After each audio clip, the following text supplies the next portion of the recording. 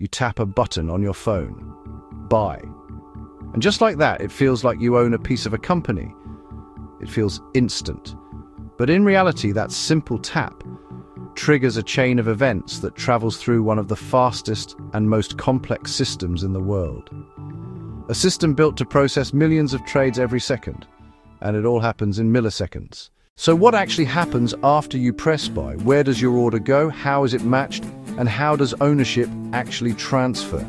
To understand that, we need to follow the journey of a single trade. Let's start at the moment you press the button.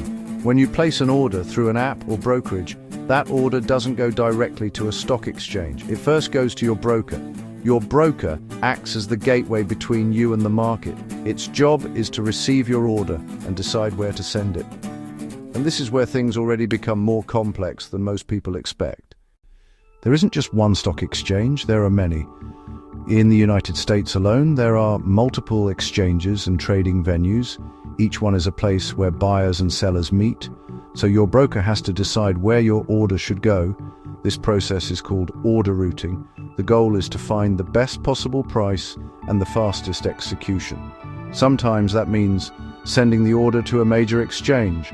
Other times it might go to a different trading venue. Once the order is routed, it reaches what's called a matching engine. This is the core of the stock exchange. A matching engine is a high-speed computer system that matches buy orders with sell orders. It looks at all the orders waiting in the system and tries to pair them up, but it doesn't do this randomly. There are rules. The most important rule is price priority. A buyer willing to pay a higher price gets matched first. A seller willing to accept a lower price gets priority. After price, time matters. If two orders have the same price, the one that arrived first gets matched first. This is called price-time priority. It ensures fairness in the system. Now imagine thousands of people placing orders at the same time. The matching engine processes them in microseconds. That's millionths of a second. At that speed, everything depends on infrastructure. The servers running these systems are often located physically close to the exchange. This is called co-location.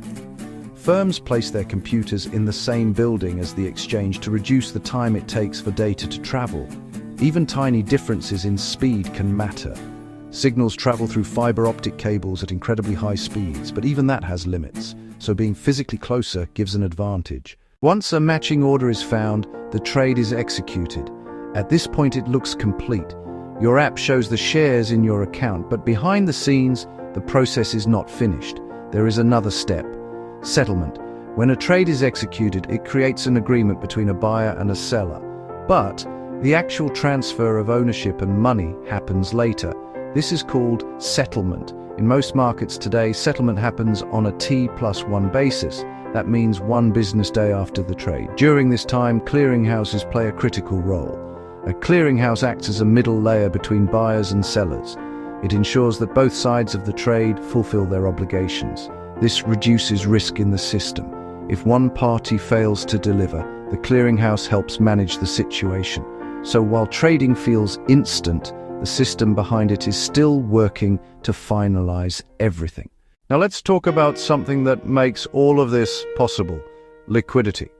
Liquidity is the ability to buy or sell an asset without causing large changes in its price. And this is where market makers come in. Market makers are firms that continuously provide buy and sell prices for stocks. They ensure that there is always someone willing to trade, even if no natural buyer or seller is available at that moment. This keeps the market moving smoothly. Without market makers, trading would be slower and more unpredictable. Now consider the scale of this system. Millions of trades are processed every day, across multiple exchanges, across different time zones, all connected by a network of data centers, cables, and software systems. And it all has to work reliably, because even small disruptions can have large effects. That's why stock exchanges include safeguards. One example is a circuit breaker. If the market moves too quickly in one direction, trading can be paused. This gives time for information to be absorbed and prevents panic-driven activity. There are also checks to detect errors. If a trade is too far outside expected price ranges, it can be flagged or cancelled. These systems help maintain stability, Now let's step back and look at the bigger picture. What you experience as a simple transaction is actually part of a global infrastructure. Your order travels through a broker, gets routed to an exchange, is processed by a matching engine, executed in microseconds, then cleared and settled through financial institutions, all supported by physical hardware, networks, and software. This system connects millions of participants, from individual investors to large institutions, from mobile apps to high-speed trading firms. And it operates continuously, behind the scenes. You don't see the cables, you don't see the servers, you don't see the algorithms processing orders, but they are there, working every time you press buy or sell. That's what makes stock exchanges such a powerful example of hidden infrastructure. They turn complex financial interactions into something that feels simple, instant, effortless. But beneath that simplicity is a system designed for speed, fairness, and reliability. The next time you make a trade, it's worth thinking about what's actually happening. A signal traveling through networks, a decision made by routing systems, a match found by a high-speed engine, an agreement recorded, and a transfer completed shortly after, all in less time than it takes to blink. That is how stock exchanges process trades. And like many systems we rely on every day, the better it works, the easier it is to forget it's even there. If you enjoyed this video, make sure to like and subscribe to Hidden Infrastructure of the World. Also, comment down below what hidden infrastructure you want to see next. See you in the next video.